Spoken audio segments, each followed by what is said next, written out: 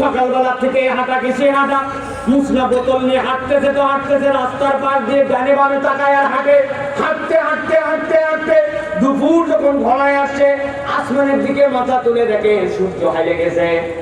সূর্য হওয়ার পরে যখন বুঝছে যে এখন মধ্যাহ্ন পার হয়ে গেছে, মধ্যাহ্ন পার হওয়া মানে এখন দুপুর পার হয়ে গেছে, লোকজনকে জিজ্ঞাসা করছে, ভাই আমি তো ঢাকায় রওনা হচ্ছি, কত দূর আসলাম?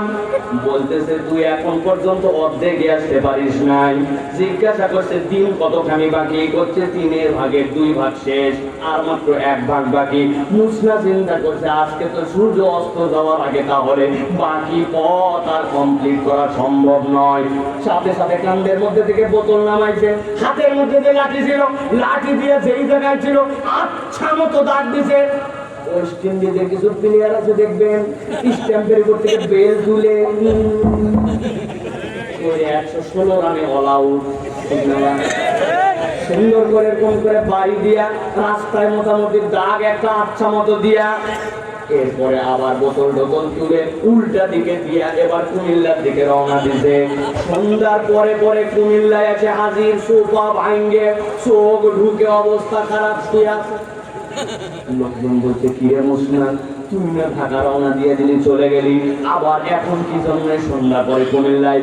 বলছে আমার কথা বলার মতো সময় নাই, শরীরের অবস্থা ভালো না, তবে পাগলা আমি না, আজকে মুসনার যা করা লাগবে ওইটুকু করে তবেই মুসনা কুমিল্লায় আসছে। কি করে আসছিস ভাই?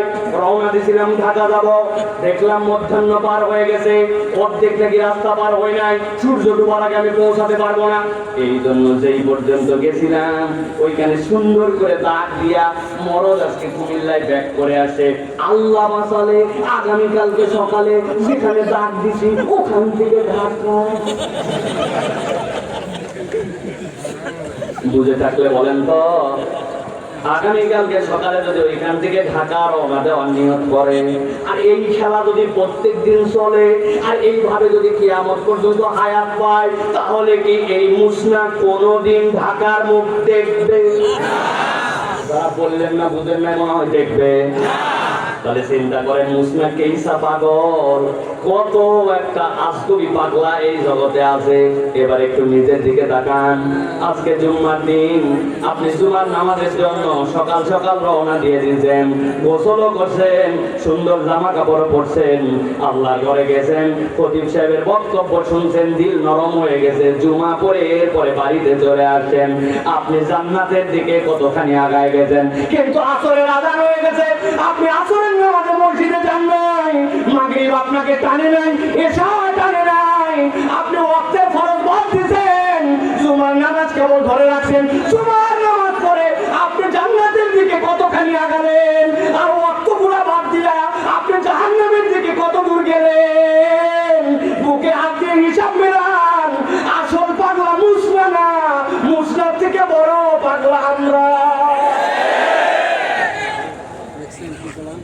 আমার আল্লাহ রাব্বুল আলামিন বলছেন, রব্বানা বসারনা ওয়া সামি'না ফারজি'না না'মাল সালিহান ইন্না মুকিনুন।